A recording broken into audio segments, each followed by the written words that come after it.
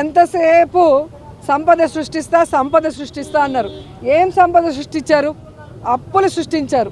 15 నెలల్లో దాదాపుగా 1,95,000 కోట్ల రూపాయలని ఈరోజు అప్పులు చేసి దేశంలోనే ఒక వరస్ట్ రికార్డ్ని సృష్టించుకొని ఈరోజు మీరు సంబరాలు చేసుకుంటున్నారు.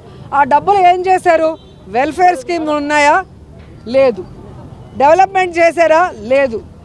మరి ఏమైంది ఆ డబ్బులంతా?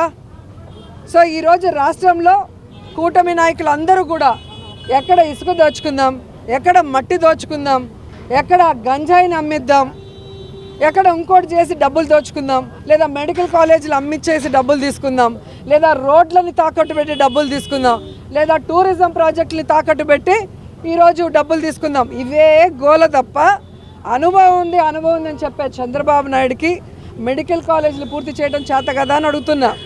మీ మీదే కదా ఆధారపడి ఉంది ఈరోజు కేంద్రంలో బీజేపీ ప్రభుత్వం. ఇక్కడ వైద్య శాఖ మంత్రిగా బీజేపీ వ్యక్తే కదా మంత్రిగా ఉన్నాడు. మరి 5,000 కోట్లు మీరు తీసుకొచ్చి పూర్తి చేయలేరా? పోనీ 8,000 కోట్లు అనుకోండి, పూర్తి చేయలేరా అంటున్నా. సంవత్సరానికి లెక్కేసుకున్నా కూడా ఈరోజు ఈ 5 ఏళ్లలో 10 మెడికల్ కాలేజీలు పూర్తి చేయొచ్చు.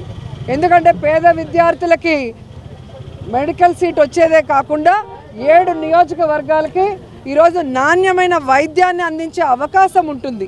అలాంటి దాన్ని ప్రైవేటు పరం చేసి ఈరోజు పేదవాడి ఆరోగ్యంతో చెలగాటమాడుతున్న చంద్రబాబు నాయుడు సీనియారిటీ ఏం చేసుకోవడానికని నేను అడుగుతున్నాను.